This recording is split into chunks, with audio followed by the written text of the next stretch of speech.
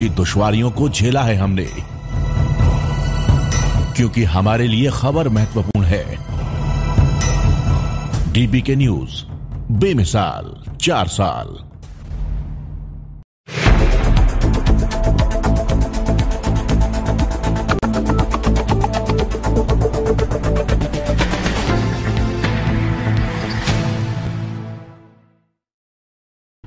Bharatiya Janata party की ओर से राजस्थान में जुलाई महीने में कांग्रेस सरकार के खिलाफ पोल खोल अभियान चलाने जा रही है, जिसके तहत झुंझुनू में किसान सम्मेलन, बीकानेर में लंपी मामले में सरकार को घेरना और अंत में जयपुर में सचिवालय घेराव किया जाएगा। भाजपा के आगामी प्रदर्शनों को लेकर प्रदेश कांग्रेस अध्यक्ष गोविंद सिंह डोटासरा ने कहा कि किसानों के विरोध में 3 काले कानून लाने वाली भाजपा किस मुंह से किसान हितैषी होने की बात कर सकती है। लंपी बीमारी को लेकर तो राजस्थान एकमात्र राज्य है जो उन पशुपालकों को 40,000 रुपए दे रहा है जिन्होंने अपनी गाय इस रोग के चलते गंवाई है।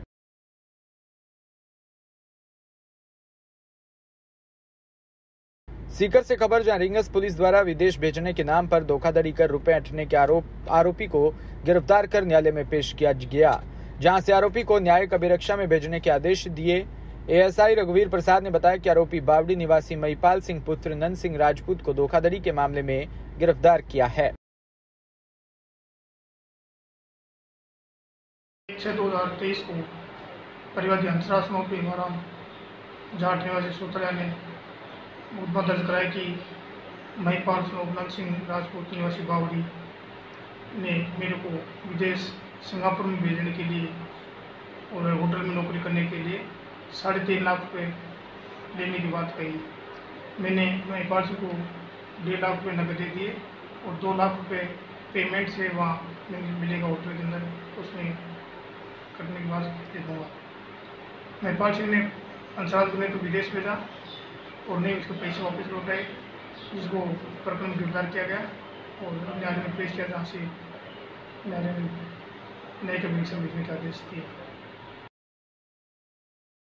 जयपुर में फ्रेश फ्लावर के बुके व फ्लावर डेकोरेशन डायमंड फ्लोरिस्ट का शुभारंभ किया। इस अवसर पर डायरेक्टर बानूलाल मानी व उनके सुपुत्र गोपाल सैनी व दिनेश सैनी मौजूद रहे। 45 वर्षों से जयपुर व पूरे राजस्थान में अपनी सेवा व विश्वसनीयता की विख्यात डायमंड फ्लोरिस्ट ने अपना एक नया भव्य गिफ्ट स्टोर शुरू किया है, जिसका उद्घाटन कैबिनेट मंत्री प्रताप सिंह खाचरियावास द्वारा किया। राजस्थान में विवाह, कॉन्फ्रेंस व सभी तरह के कार्यक्रम में फ्लावर से राजावार करने में सबसे बड़ा ब्रांड है। आज जयपुर सहित राजस्थान की प्रमुख होटल्स में फ्रेश फ्लावर की सजावट व सप्लाई का काम डायमंड फ्लोरिस्ट द्वारा ही किया जाता है। ये मेरा बिजनेस जो है 1978 से मैं करता आ रहा हूँ और अभी मेरा बचपन से जो मेरा फ्लावर का बिजनेस कर रहा हूँ।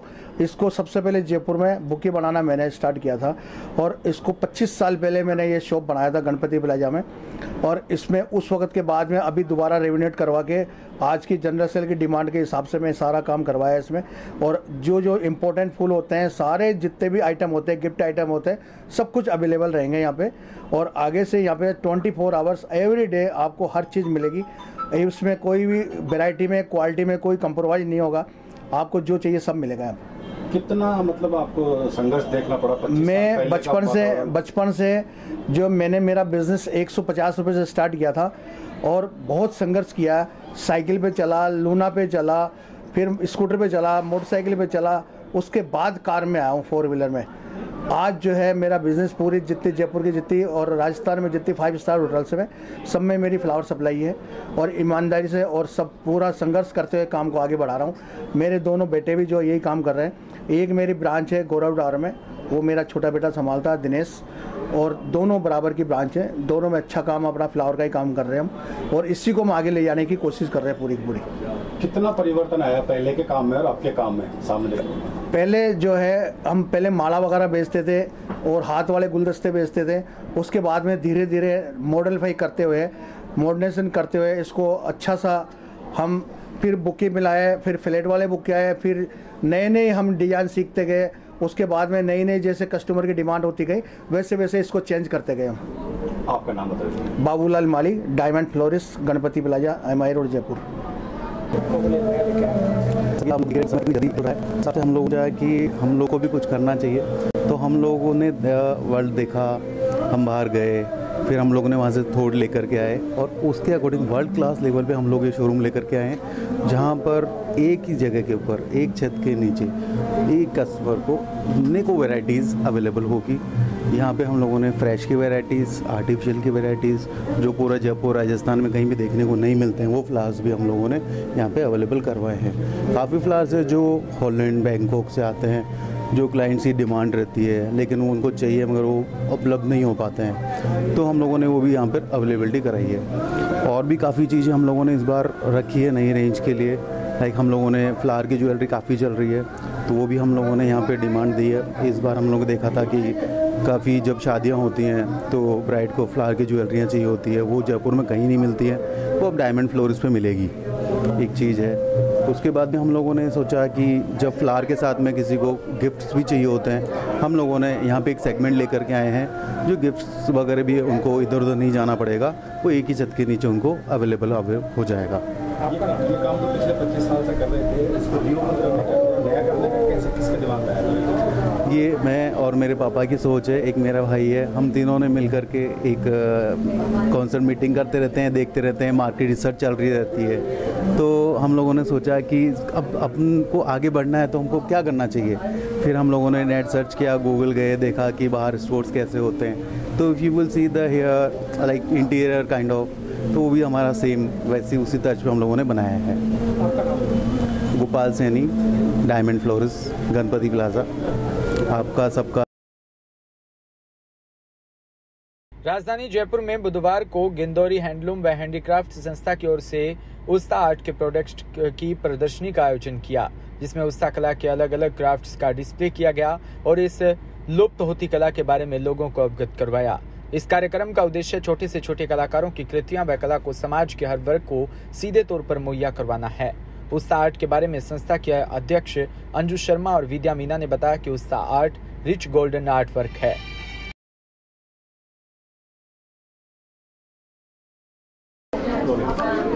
सर बताइए, आज का जो प्रोग्राम है, जो उस्ता आर्ट की जो प्रदर्शनी लगाई गई है, उसका क्या उद्देश्य है और किस तरीके से कला आगे बढ़ रही है, जो लुप्त हो गई है, आप क्या मैसेज देना चाहते हैं सोसाइटी को? देखिए, ये कला तो है बीकानेर की, यूँ भारत की है।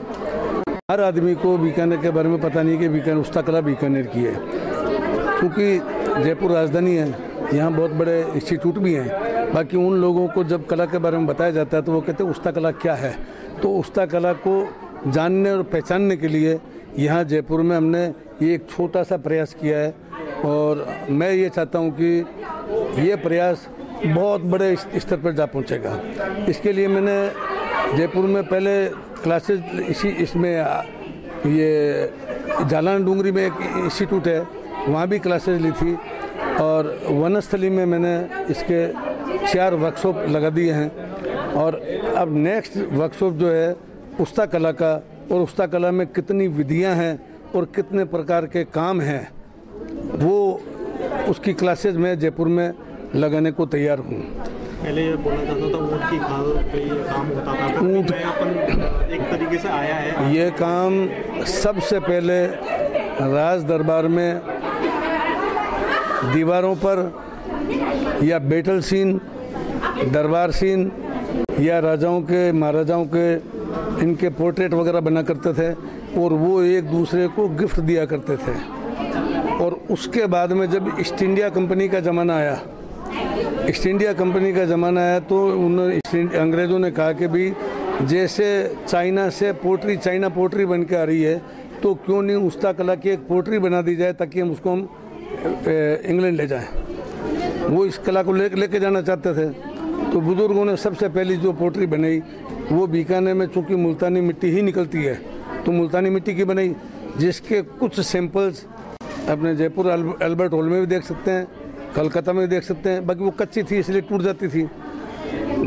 फिर बुजुर्गों ने सोचा कि भाई ऊँट के चमड़े के जो कुप्पे हैं, बीकानेर बहुत रेगिस्तान है, वहाँ खून मिल सकता था, दूध मिल सकता था, घी मिल सकता, पानी नहीं मिल सकता था। तो बीकानेर के आसपास 60, 70, 80 किलोमीटर या 100 किलोमीटर दूर से ऊँट के बड़े बड़े कुप्पों में घी और तेल भर के लाया करते थे। इस दौरान 6-7 दिन का रास्ता होता था।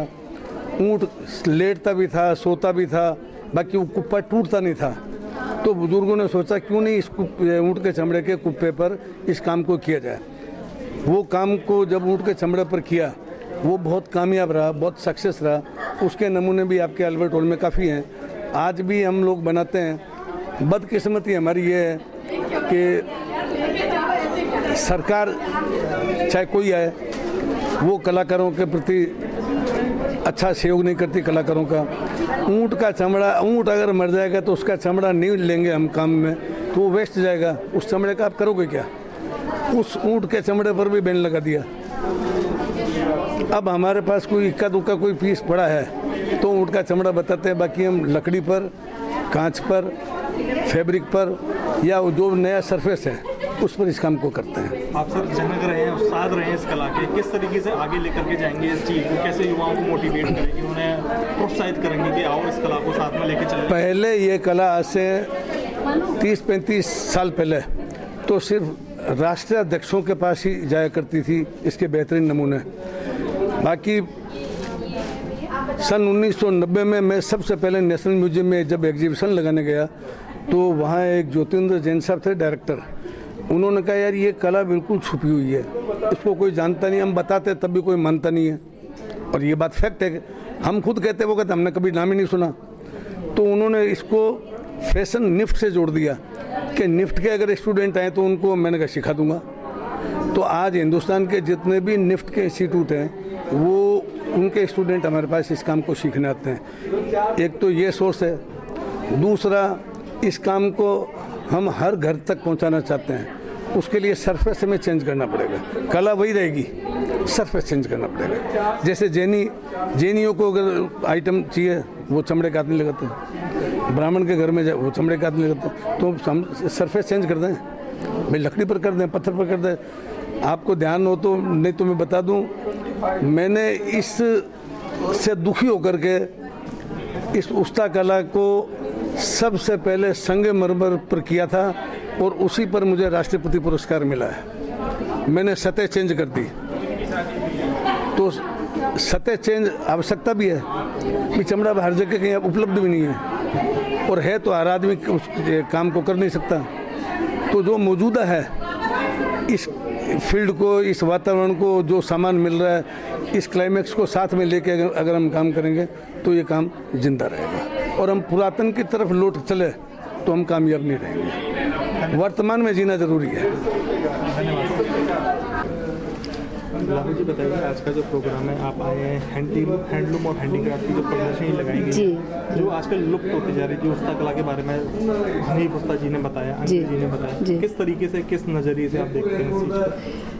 मैं तो ये चाहती हूँ कि जैसे बच्चे अपने जो नई पीढ़ी के बच्चे हैं वो आज दूसरी दुनिया में जा रहे हैं, दूसरी कलाओं की तरफ जा रहे हैं और वो इतनी मेहनत कर रहे हैं और फिर भी वो उनको अपनी कामयाबी हासिल नहीं हो रही कि वो कुछ दिनों के लिए वो सीखते हैं और फिर वो चीज़ को छोड़ देते हैं। तो मैं चाहती हूँ कि जो हमारी खुद की कलाएँ हैं, हैंडीक्राफ्ट की जो कला है, जैसे डांस है, सिंगिंग है, क्लासिकल है, फोक है, इन सारी चीज़ें सीखेंगे तो बच्चे अमर भी होंगे और वो बच्चे आगे तक इस कला को लेके जाएंगे, उनके जरिए वो कला अमर हो जाएगी। क्योंकि आज हम देश प्रदेश में जाने जाते हैं किस लिए? इस कला के लिए। और इस कला से हम लोग जो विदेश जा सकते हैं, तो आज की पीढ़ी पढ़ रही है, लिख रही है, डिजिटल टाइम है, तो आप अगर ये कला सीख लेते तो आप भी, आपके लिए भी दुनिया दूर नहीं है। तो बहुत ज़रूरी है कि ये कला मरे नहीं, इसको ज़िंदा रखना है। इसीलिए हम प्रयास कर रहे हैं कि इस कला को और आगे बढ़ाना है और घर घर में इसको पहुंचाना है। चाहे वो कालबेलिया डांस हो, चाहे गुलाबों का डांस हो, चाहे सपेरा डांस हो, चाहे वो हैंडीक्राफ्ट का काम हो और पेंटिंग का काम हो,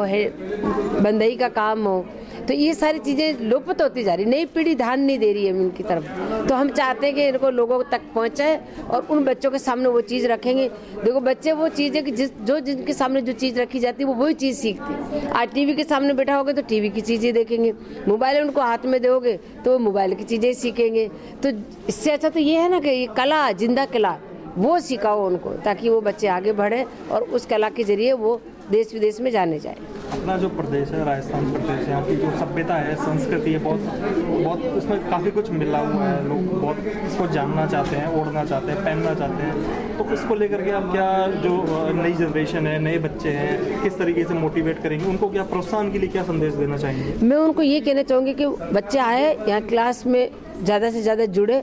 हम लोग उनको ये बताएंगे कि हमारा जो पैरान है वो क्या है और हम लोग क्या खाते हैं और क्या हमारी एक चीज़ जो है वो एक फेमस है और कौन सी ड्रेस हम पहनते हैं, कौन सी ड्रेस से हम जाने जाते हैं। कहते हैं रंग रंगीला हमारा राजस्थान है और चटकीला हमारा राजस्थान है। तो खाने में चटकीला और पहनने में रंग रंगीला और आत्मा और विश्वास और एकदम जो मन क्लियर है और एकदम आत्मा से एक दूसरे को रेस्पेक्ट करते। तो हम बच्चों को ये चीज़ें सिखाएंगे कि बच्चे आप भी अगर आप अपने मन में अच्छा सोचेंगे तो आप अच्छा ही देखेंगे, क्योंकि सोच में खेल होता है सारा, कि जो बच्चा जो इंसान जैसा सोचता है वैसे ही उसके मुंह से निकलता है और वैसा ही वो काम करता है। अगर आप उनके बच्चों के दिलों और दिमाग में अच्छी चीज़ें डालेंगे तो वो भी बच्चे अच्छी चीज़ें निकाल के देंगे। तो हम बच्चों को वो अच्छी अच्छी चीज़ें सिखाना चाहते हैं और उनको वो नज़रिया बताना चाहते हैं कि अपनी ये वेशभूषा है, ये अपनी कला है और ये हमारा राजस्थान है और ये हमारी सांस्कृतिक है। आपके घर पे भी कोई उस्ता कला से संबंधित कोई सामान है या आज कुछ खरीदने के लिए कि चलो आज लेके चलते? मैं तो खुद चीफ गेस्ट बन के आई हूँ और मेरे को यहाँ पे खुद मैं अपना डांस को जिंदा रखने के लिए इनसे जुड़ रही हूँ और इन्होंने जोड़ा है मुझे कि मैडम आपका डांस भी सिखाओ, ताकि बच्चे आपके नाम से और आपकी कला से बच्चे ज़्यादा से ज़्यादा जुड़े। तो मैं चाहती हूँ उन सारे बच्चों का वेलकम है कि वो ज़्यादा से ज़्यादा जुड़े और इस कला को सीखे। मैं खुद भी आके सिखाऊंगी और मेरा कोई शिष्य होगा उसको भेजूंगी सिखाने के लिए। और हैंड कला तो देख के मैं बहुत खुश हुई हूँ आज और बहुत अच्छा लग रहा है। हर फेस्टिवल मेला होता है जिसमें देखते रहते। मेरी पोतियाँ बहुत अच्छी पेंटिंग करती है, बड़े वाला लड़का डिनो वो बहुत अच्छी पेंटिंग करता है और जो बेटी है मेरी वो भी बहुत अच्छी पेंटिंग करते हैं। और ये सारी कलाओं में बहुत वो मन रखते हैं कि हम भी कोई मिट्टी का ऐसा खिलौना बनाएं जिससे हम लोग जब फार्म हाउस में जाते हैं तो मिट्टी का ढेर कर करके वो खिलौना बनाते रहते हैं। तो कहीं ना कहीं तो बच्चे भी जुड़े हुए हैं क्योंकि इस घर से पैदा हुए हैं। धन्यवाद। मैम बताइए, आज का जो आर्ट डिस्प्ले आप कर रहे हैं उसका आर्ट बेसिकली जिसके बारे में आप सबने बताया, हनीफ जी ने बताया, तो क्या चीज़ है उसका आर्ट और किस तरीके का मैसेज आप देना चाहते हैं सोसाइटी को और बाकी? सर ये ईरान की कला है। जो ईरान जब आया था, मुग़ल लोग आए थे तब ये कला आई थी। ये कला पहले ऊँट की खाल पे होती थी, फिर धीरे धीरे इस कला को लकड़ी पे वुडन पे काम शुरू कर दिया। आपके जो पुराने महल है, मंदिर है, जैन मंदिर है, उन सब में ये कला दिखी जाती है। धीरे धीरे ये कला लुप्त होती जा रही है। तो इस कला को प्रमोट करने का कारण है कि जो हम उस्ता कला नहीं है, हम और भी कला जो भारत की कलाएं धीरे धीरे लुप्त हो रही हैं उन कलाओं को प्रमोट करने के लिए हम मैं और विद्या जी मिलकर इस पे एक प्रयास कर रहे हैं, जिसमें हमारे साथ में आर्टिस्ट जो नेशनल अवार्डीज़ हैं वो सब हमारे साथ मिलकर हम इस चीज़ को आगे बढ़ाने की कोशिश कर रहे हैं। किस तरीके से आप देखते हैं ये आपका पहला एक आर्ट डिस्प्ले है, इसके बाद आपने बताया कि आप और भी प्रदर्शनी एग्जीबिशंस का आयोजन करेंगे समय समय पर, तो वो कैसे चलेगा? क्या उसका आपने कोई प्रोसेस बनाया है या जो आपकी टीम वर्क आपने किया हो, तो उसके बारे में थोड़ा सा बताएं। हाँ, हम लोगों ने ये सोचा है अभी, जैसे सबसे पहले हमने हनीफ उस्ताद सर को और अपने गुलाबो जी को बुलाया है। हर 2 महीने में हम एक एग्जीबिशन लगाएंगे और आर्टिस्टों को बुलाएंगे। नए नए आर्टिस्ट हर 2 महीने में 2 से 4 हम इन्वाइट करेंगे, उनको इंट्रोड्यूस करेंगे और उनके बारे में सबको अवगत कराएंगे। तो जितनी भी अपनी ये कलाएं हैं जिनको विदेशों से लोग सीखने आ रहे हैं, उन पर PhD कर रहे हैं और हमारे भारत में बहुत सारे लोग आज भी ऐसे हैं जो उनके बारे में ना जानते हैं ना समझते हैं। तो हम चाहते हैं कि आम जनता तक इसे पहुंचाएं, इनका प्रचार प्रसार करें और ये जो विलुप्त होती जा रही हैं इनको जो भी सहायता या सहयोग जो हमें देना चाहिए वो दिलवाएं। हमारा दोनों का मोटिव सिर्फ यही है कि हमारी जितनी भी आर्ट और आर्टिस्ट है ना, उन सबको खोज के गाँवों से, ढाणियों से, जगह जगह से जाके जिनसे लोग परिचित नहीं हैं वहाँ से सब लोगों को लाएं और हमारे जो आर्टिस्ट हैं उन लोगों से अपनी जनता को अवगत कराएं और जितना भी हमारा हैंडीक्राफ्ट जो बेसिकली वहीं से जहाँ से वो बन रहा है और मार्केट तक पहुँच रहा है, हम उन लोगों तक जाएं और उनको लोगों से परिचित करवाएं। ये हमारा मोटिव है। तो और बहुत एग्जीबिशन में जैसे कोई किसी को अपनी आर्ट का डिस्प्ले करना है तो उसका क्या प्रोसेस है? उसको कोई रजिस्ट्रेशन कराना होगा या आपने कुछ ऐसा आपके टर्म्स कंडीशन है कि इस तरीके से अगर अपन एंट्रीज? नहीं, हमने कोई मेजर कोई टर्म कंडीशन किसी के लिए नहीं रखी, क्योंकि हमारा काम सिर्फ अभी यही तय किया है हमने कि हमें प्लेटफॉर्म देना है, आगे करना है और इसको प्रचार प्रसार करना है। तो हम लोग जो भी हमसे जुड़ना चाहेगा हमारे लिए वो मोस्ट वेलकम है, उसके लिए हार्दिक स्वागत है और वो आएँ, जुड़ें, अपना करना चाहें तो हमारे साथ टाई अप करके आराम से जहाँ जहाँ हमारा हर 2 महीने में वहाँ वो अपना भी करें। हमें उस चीज़ से कोई आपत्ति नहीं है। Thank you. झालावाड़ से खबर, जहां जिले के चौमेला कस्बे में आज अंतर्राष्ट्रीय योग दिवस के उपलक्ष्य में आदर्श विद्या मंदिर प्राथमिक विद्यालय में योग दिवस मनाया। इस कार्यक्रम में अध्यक्ष रमेश पोरवाल, मुख्य अतिथि दुर्गेश अग्रवाल व विद्यालय के मंत्री श्यामलाल सोनी रहे। साथ ही प्रधानाचार्य जगदीश लालावत व संपूर्ण विद्यालय परिवार के साथ छात्राएं व अभिभावक भी रहे हैं। भीलवाड़ा से खबर, जहां दुनिया भर में योग और ध्यान के लाभ के बारे में जागरूकता फैलाने के लिए हर साल 21 जून को अंतर्राष्ट्रीय योग दिवस मनाया जाता है। इस वर्ष विश्व भर में 9वां अंतर्राष्ट्रीय योग दिवस 2023 मनाया गया। इसके तहत अंतर्राष्ट्रीय योग दिवस पर फूलिया कला के राजकीय उच्च माध्यमिक विद्यालय में आयोजित कार्यक्रम के दौरान थानाधिकारी दलपत सिंह राठौड़, स्थानीय विद्यालय के प्रधानाचार्य हरक चंद रेगर, राजकीय बालिका उच्च माध्यमिक विद्यालय फूलिया कला के प्रधानाचार्य शंकर लाल सहित अनेक ग्रामीणों ने भाग लिया।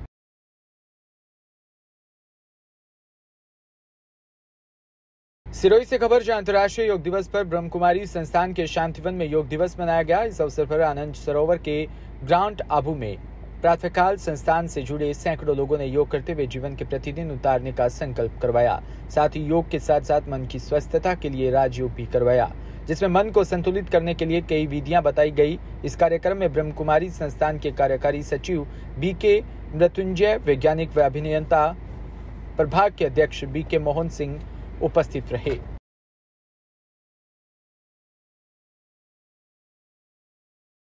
आगरा से खबर, जहां ईद उल अजहा को लेकर आगरा की शाही जामा मस्जिद पर इस्लामिया लोकल एजेंसी ने चांद कमेटी की बैठक की। इस दौरान इस्लामिया लोकल एजेंसी ने एक बड़ा फैसला लिया।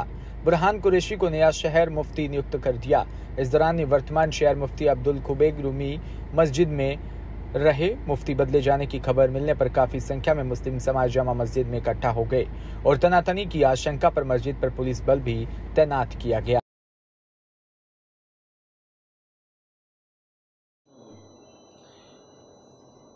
आगरा शहर में नए मुफ्ती की नियुक्ति की गई है, क्या है पूरा मामला? अस्सलाम वालेकुम। आगरा में मोहम्मद जाहिद, इस्लामिया लोकल एजेंसी सदर की जानिब से ये आपने जो सवाल किया है, मैं उसके जवाब में ये बताता हूँ कि कोई ऐसा बड़ा मामला नहीं है। जो पहले शहर मुफ्ती थे, जो असलम भाई की कमेटी ने बनाया था, उनको कोई राइट नहीं था उन्हें शहर मुफ्ती बनाने का। शहर मुफ्ती बनाने का हक मजलिस सूरा को होता है, जो अवाम चुनती है मजलिस सूरा चुनती है शहर मुफ्ती, और वो भी 10-12 जो मुफ्ती होते हैं उनके इंटरव्यू लेके वो चुनते हैं। और लेकिन एक बात और आपकी जानकारी में डाल दूँ, दीन हदीस की रोशनी में, कुरान की रोशनी में, हदीस की रोशनी में कहीं इस्लाम में शहर मुफ्ती का जिक्र नहीं है। ये तो हिंदुस्तान में एक शहर मुफ्ती की परंपरा चली आ रही थी मुग़लों के ज़माने से, वही चली आ रही है, जो तोड़ी नहीं गई है। मुफ्ती 10 होते हैं, आप किसी से भी फतवा ले सकते हैं। आपका दिल जिससे ढुकता है, वो फतवा गलत दे रहा है या सही दे रहा है, उसका माकदेदार वो मुफ्ती खुद होता है। तो जो आपने शहर मुफ्ती किए हैं और जो पहले वाले शहर मुफ्ती थे, वो काफ़ी लंबे समय से यहाँ पर आगरा में शहर मुफ्ती रहे, तो वो वहीं रहेंगे या उनकी जगह? हमें उनसे कोई लेना देना नहीं है। वो हमारे लिए शहर मुफ्ती नहीं है, हम उन्हें शहर मुफ्ती नहीं मानते। हमारी पूरी कमेटी नहीं मानती, हम नहीं मानते, हमें उन्हें कोई तनख्वाह नहीं देंगे। हमने उन्हें बहुत समझाया, लेकिन उनकी अकल में नहीं आया। तनाव वाली बातें करते हैं, सांप्रदायिक की बातें करते हैं। कोई इंसान उनके पास चला है, ना इखलास है, ना खुलूस है, ना अखलाक है, ना मोहब्बत है। बस हर आदमी से ना है, पूरे दुनिया के आलिमों को ना है, हराम, मदीना में हराम, मस्जिद नबी में हराम, खाने काबा में हराम, हर जगह हराम। 2 चीज़ें सीख ली हैं, ना हराम, ना जायज़। और कोई सवाल करे तो एकदम उखड़ जाते हैं, किसी से अच्छी तरीके से बात नहीं करते। बरेलवी और देवबंदी हजरात ने कभी इनको मुफ्ती नहीं माना, कभी इनसे फतवा नहीं लिया। और ज़्यादातर लोग पूरे आगरा के आलिम, फाजिल, कामिल, इमाम इनसे बचते हैं। कोई इन्हें पसंद नहीं करता, क्योंकि जिस तरीके का इनका अखलाक है। कल आपने नया शहर मुफ्ती को नियुक्त किया था, तो आवाम में भी काफी तनातनी थी। क्या लगता है, सहमत रहेगी आगरा की जनता? कोई आवाम में तनातनी नहीं थी, ये आपका सोचने का वो है। अगर तनातनी होती तो आज रोड पे लोग आ जाते। कोई तनातनी नहीं थी, लोग यही चाहते थे कि इनको जल्दी से जल्दी हटा दिया जाए, लेकिन हमने इन्हें हटाया नहीं। जिनने इन्हें बनाया था वो जाने और इनको मानने वाले जाने। वो जाने, उनके मानने वाले जाने, हमारा उससे मतलब नहीं है। हमारी कमेटी का शहर मुफ्ती बुरहानुद्दीन आगरा के शहर मुफ्ती बन गए हैं और आने वाले टाइम में तमाम फिरके के लोग हैं जिन्हें ये लगता है कि ये हमारे फिरके का मुफ्ती नहीं है, ये हमारे फिरके का मुफ्ती नहीं है, बरेलवी कहते हैं हमारे फिरके का मुफ्ती नहीं है। आगे हम एक मसला हमने ले लिया है कि हम आगे से 10-12 शहर मुफ्ती बना देंगे। तो हर आदमी जो अपने आप को ये सोचता है कि मैं किससे फतवा लूँ, तो उसे मालूम पड़ जाएगा कि मेरे फिरके का मुफ्ती ये है, वो अपने फिरके वाले के पास आसानी से चला जाएगा, लोगों के लिए आसानी हो जाएगी। ऐसा संभव है 10-12 शहर मुफ्ती शहर में बनाए जाए? क्योंकि काफी लंबे अरसे से देखा जा रहा है कि शहर में एक ही मुफ्ती होता है। क्यों एक मुफ्ती क्यों होता है? इस्लाम कह रहा है क्या इस बात को कि शहर मुफ्ती होना चाहिए? संभव है ऐसा? आप ये बताइए, इस्लाम कह रहा है इस बात को? हम इस्लाम से चलेंगे या परंपराओं से चलेंगे? तो ये पहले जो शहर मुफ्ती बने हैं ये परंपरा से चल रहे हैं। ये परंपरा से चल रहे हैं, इस्लाम में इसका कोई जिक्र नहीं है। ना शहर काजी का जिक्र है, ना शहर मुफ्ती का जिक्र है। मुसलमान के लिए ये हक है कि जो भी मुफ्ती से वो अपना फतवा लेना चाहे वो ले सकता है, क्योंकि सारी मुफ्ती एक कोर्स है, एक डिग्री है, सारे मुफ्ती वही पढ़ के आते हैं। खंडवा से खबर, जहां आगामी विधानसभा चुनावों के परिप्रेक्ष्य में मध्य प्रदेश के कांग्रेस कमेटी के द्वारा संपूर्ण मध्य प्रदेश के प्रत्येक जिले में अभियान का आयोजन किया जाना प्रस्तावित है। यह अभियान प्रत्येक विधानसभा क्षेत्र में किया जाएगा। इस अभियान के माध्यम से मध्य प्रदेश कांग्रेस के वरिष्ठ नेतागण पूरे प्रदेश के भ्रमण पर कांग्रेस कार्यकर्ताओं व भाजपाओं को आमजन के लिए 18 साल के कुशासन और भ्रष्टाचार से मुक्ति दिलाने के लिए संकल्प दिलाएंगे। चंदेरी से खबर, जहां उत्कृष्ट उच्च स्तर माध्यमिक विद्यालय में गठित एनसीसी की इकाई में 105 के 50 कैंडिडेट ने सरस्वती विद्यालय कैंपस में अंतर्राष्ट्रीय योग दिवस मनाया। इस अवसर पर सरस्वती विद्यालय चंदेरी के प्राचार्य सहित अनेक लोग उपस्थित रहे।